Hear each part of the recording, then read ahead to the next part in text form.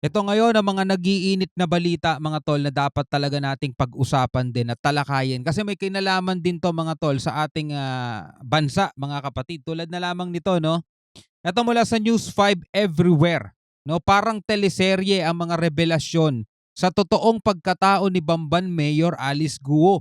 Ayon sa National Bureau of Investigation o NBI, iisang tao lang daw umano siya at ang Chinese na si Guo Wamping. Grabe, 'di ba? So yan ay napatunayan ng NBI sa pamamagitan ng, pagiging pareho o ano ng kanilang fingerprint mga kapatid. So ito ang ating panonoorin at bibigyan natin ng reaction video and commentary mula naman 'to sa News 5 Everywhere. Alright, yan o, kumpirmadong iisang tao lang sabi ng NBI. Yung, Mayor Alice na kilala natin at si Chinese na si Guo Ping.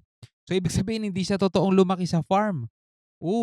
'Di ba? So wag na natin patagalin pa, panoorin na natin 'to. Parang teleserye ang mga revelasyon sa totoong pagkatao ni Bamban Mayor Alice Go. Iisang tao lamang daw siya at ang Chinese na si Go Huaping. Dahil dyan, lumalabas na hindi pala lumaki sa farm sa Pilipinas ang alkalde gaya ng ilang beses niyang sinabi. Nasa frontline na balitang yan si Ria Fernandez. Patay, bistado. Lumaki po ako sa farm. Ako po ay isang Filipino. Kung hindi man po ako full-blooded po na 100% po na Filipino, dahil po sa tatay ko, ako po ay isang Filipino po. Lumalabas na hindi totoong lumaki sa farm sa Pilipinas si suspended Bamban Tarlac Mayor Alice Go. Yan ay kung pagbabasehan ng panibagong plot twist sa kanyang tunay na pagkatao. Dahil sa fingerprint matching, nakumpirma ng NBI na ang Actually, hindi lang fingerprint ang kapareho, pati muka. Unlike dun sa isang Alice Go na lumabas, 'di ba? Same birthday pero iba ang mukha nun. Eto talaga pareho lang mga tol.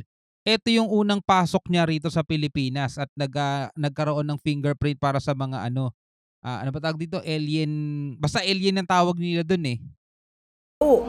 Dahil sa fingerprint matching, nakumpirma ng NBI na ang kilala nating si Mayor Go at ang nasa Chinese passport na si Go Huaping ay iisa. Alam mo, ang fingerprint, no two person, even twins, have the same fingerprints. No? Conclusive yan. It is yung dactyloscopy ay infallible science of identification. Hindi nagkakamali.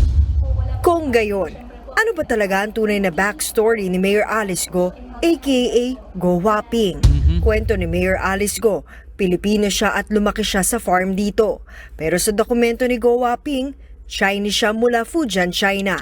Sa kwento rin ni Mayor Go, Pilipina ang nanay niyang si Amelia Lial, habang sa dokumento ni Go Huaping, Chinese ang nanay niyang si Wen Yilin. Sa madaling salita mga tol, no? Chinese ang tatay niya, Chinese ang tatay niya. So talagang wala siyang dugong Pilipino mga tol. At hindi natin alam kung ano ang reason o ano ang motibo para magpalit siya ng katauhan na ito na nga unti-unting nalalaman ngayon natin batay sa investigasyon dito sa Senado.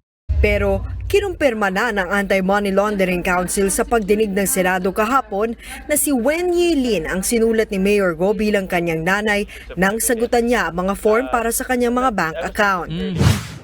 Ipapasa na raw ng NBI sa Senado ang resulta ng fingerprint matching. Ayon kay Senator Risa Ontiveros na nangunguna sa pagdinig ng Senado sa pagkatao at koneksyon ni Mayor Go sa Pogo operations, walang sikretong hindi nabubunyag.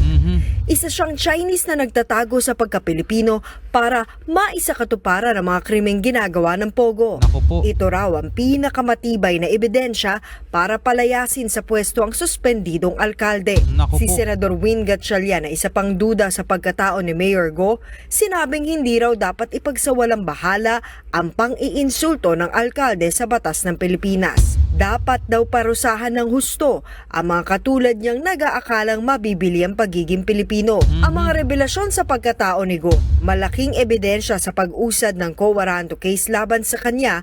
Ayon kay Solicitor General Menardo Guevara, mapapabilis daw nito ang proseso sa kaso para tuluyang ma-disqualify ang suspendido ngayong alkalde sa paghawak ng posisyon sa gobyerno. Lalo't isa sa mga kwalifikasyon sa public office ay ang dapat Pilipino. Ang susunod na kabanata ng kwento ni Mayor Alice Go ay talaga namang sinusubaybayan ng bayan. Nagbabalita mula Matindi 'no. Tuloy natin yung balita mga tol. Sabi ni Senator Hontiveros, iginiit niya na ikulong muna daw sa Pilipinas si Mayor Alice Go bago ipa-deport sa China. Yun ang sabi niya 'no. Mula pa rin 'to sa News 5 Everywhere mga kapatid. Panoorin natin. Ikulong at panagutin dito sa Pilipinas bago ipa-deport sa China. Ganyan daw dapat ang sapitin ni Bamban Mayor Alice Go ayon kay Senator Risa Hontiveros. Kasi pinahirapan sila sa no, investigasyon eh. Ang daming tinatanong, ang dami ring sinasagot, pero eto ngayon unti-unting lumabas ayon sa mga ebidensya na lahat ng sinabi ni Mayor, mga tol, batay sa ebidensya, ito'y hindi galing sa atin.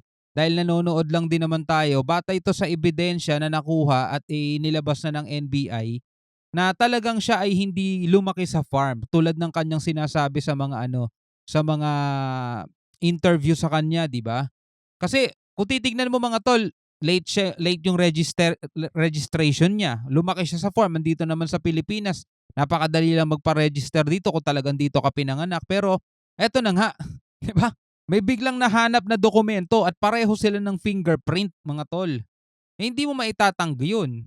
Patong-patong na reklamo ang posibleng isampas sa Mayora at pinaplansya na rin ang pagkansela sa kanyang birth certificate. Ang tanong ng ilan, nasaan na si Mayor Go? Narito ang aking report. Tila papunta pa lang daw sa exciting part ang kwento ng pagkatao ni Mayor Alice Go. Ngayong napatunayang siya rin ang Chinese na si Go Waping. Iisa lang yung muka eh. This revelation is not the end. So Guo Huaping, sooner than later, we will uncover the rest of your deceptions. Patong-patong na reklamo ang posibleng harapin ng suspendidong alkalde. Una na nga ang inihaing qualified human trafficking dahil sa nadiskubring koneksyon daw ng alkalde sa mga iligal na aktibidad sa niraid na Pogo Hub sa kanyang lugar. Diba, nakapangalan pa nga daw sa kanya mga tol, pati yung yung electric bill. Nakapangalan sa kanya, imagine mo yun. Pinaplansya rin ang kanselasyon ng kanyang birth certificate at pwede rin kasuhan dahil sa identity theft. Matatandang ibinunyag ng Senado na may isa pang Alice Go ang nasa NBI database na ka-birthday at ka-probinsya pa ni Mayor Go. Hinala ng ilang senador, nagnakaw ng pagkakakilanlan ang alkalde para kalaunay makatakbo sa politika. Lalong tumibay ang alegasyong yan nang lumabas sa record ng Philippine Statistics Authority na walang birth certificate ang isa pang Alice Leal Go.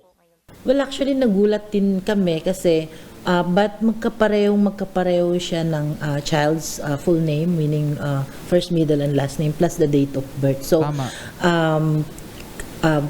Based on our records, meron lang kami isang record ng birth certificate, which is yung kay Mayor Alice Go. Dahil sa mga kasinungalingan ng alkalde, giit ni Hontiveros, dapat na siyang tanggalin sa pagka-mayor ng Bamban. Yan naman ngayon ang isinusulong ng co-warrant to case na inirekomenda na sa Office of the Solicitor General. Ayon kay Soljan Menardo Guevara, ihahain ang petisyon sa susunod na buwan. Mungkahin naman ni dating Justice Secretary Laila de Lima, pwedeng ipaaresto ng Bureau of Immigration si Mayor Go kahit walang arrest warrant dahil sa seryosong paglabag sa visa conditions. Yeah. Pwede rin siyang ikulong sa immigration facility. Sa kabila ng sandamakmak na issue ni Mayor Go, ang tanong ng ilan, nasaan ang Mayora? Ayon sa kanyang kampo, nasa Pilipinas pa rin naman. Matipid din ang kanilang sagot tungkol sa resulta ng fingerprint analysis. Allegation naman nila yun eh. At eto attorney ni Mayor. Allegation naman nila yon. Allegation kapag nagsampa sila ng case, sasagutin natin. Pagka magsampa sila sa case, sasagutin natin yun.